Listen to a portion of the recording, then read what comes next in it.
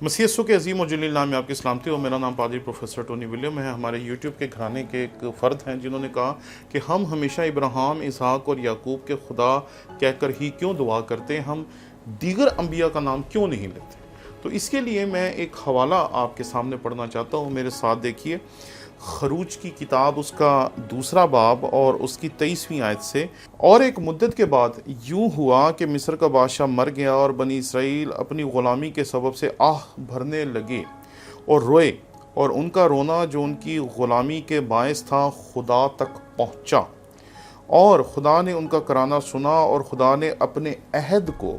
جو ابراہیم اور اسحاق اور یعقوب کے ساتھ تھا یاد کیا، اور خدا نے بنی اسرائیل پر نظر کی اور ان کے حال کو معلوم کیا۔ خدا ان کے کلام کے پڑھے سنے جانے پر اس کی برکت ہو۔ جب ہم اس آیت کو دیکھتے ہیں، 24ویں آیت کو، تو ہمیں پتہ چلتا ہے خدا نے ابراہیم کے ساتھ عہد کیا،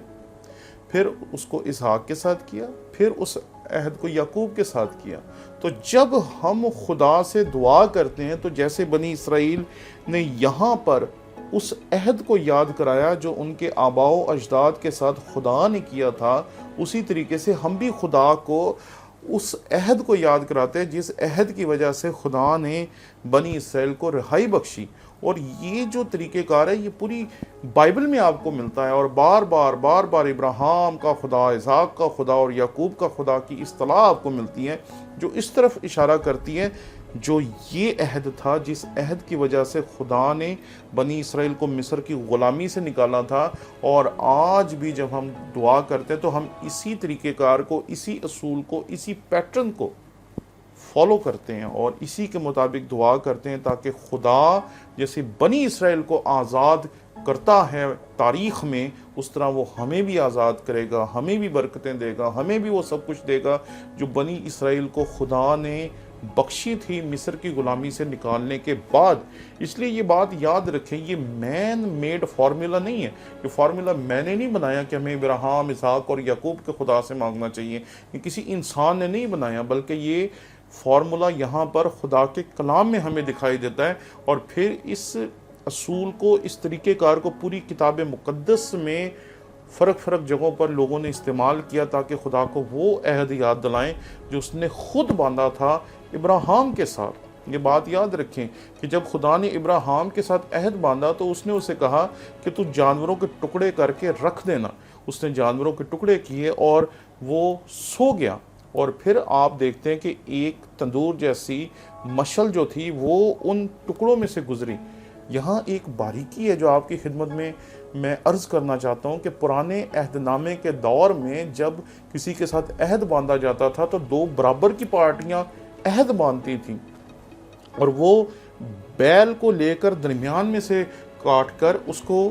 ایک حصہ ادھر اور ایک حصہ ادھر رکھ کر درمیان میں سے رستہ بناتے تھے، اور دونوں پارٹیاں جو آپس میں عہد کر رہی ہوتی تھی وہ اس میں سے گزرتے تھے، اور وہ اس اصول کو آپس میں ایک دوسرے کے ساتھ مل کر باندھتے تھے کہ ہم نے آج جو یہ عہد باندھا ہے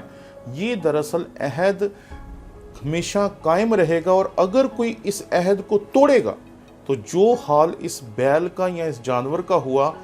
وہ حال دوسرے شخص کا جس نے عہد توڑا ہے وہ کیا جائے گا۔ اس لیے یہ اصول تھا۔ لیکن آپ جب ابراہیم کے واقعے میں دیکھتے ہیں تو وہاں پر ان گوشت کے ٹکڑوں میں یا ان جانوروں کے ٹکڑوں کے درمیان میں سے خدا گزرا ہے، ابراہیم نہیں گزرا۔ کیوں؟ کیونکہ جب بھی عہد ہوتا تھا وہ برابر کی پارٹیز کے درمیان ہوتا تھا، اور یہ بات یاد رکھیں کہ انسان کی اوقات نہیں ہے کہ وہ خدا کے ساتھ عہد باندھ سکیں۔ اسی لیے ابراہیم ان جانوروں میں سے نہیں گزرا تھا، وہ عہد خدا کی طرف سے ابراہیم کے وسیلے سے اس دنیا میں آنے والی نسلوں کے ساتھ باندھا گیا۔ اس لیے جب بھی ہم کہتے ہیں ابراہیم کے خدا، اسحاق کے خدا، یعقوب کے خدا، تو ہم اسی عہد کو یاد کراتے ہیں جو خدا نے خود ابراہیم کے ساتھ باندھا، پھر اس کو اسحاق کے ساتھ رینیو کیا، پھر اس کو یعقوب کے ساتھ اس نے باندھ کر دوبارہ بنی اسرائیل کو یاد دلایا۔ 400 سال مصر کی غلامی میں رہنے کے بعد جب خدا انہیں آزاد کرتا ہے تو یہ الفاظ خروج کی کتاب اس کے دوسرے باب کی 24ویں آیت میں خدا بتاتا ہے کہ میں نے اپنے اس عہد کو یاد کیا۔ آج بھی جب ہم خدا سے دعا کرتے ہیں تو اسی عہد کو لے کر اس کے قدموں میں حاضر ہوتے ہیں۔ خدا کرے کہ جب بھی ہم اس کے قدموں میں حاضر ہوں وہ ہمیں اسی طریقے سے مخلصی بخشے، ترقی بخشے اور کامیابیاں بخشے۔ آمین۔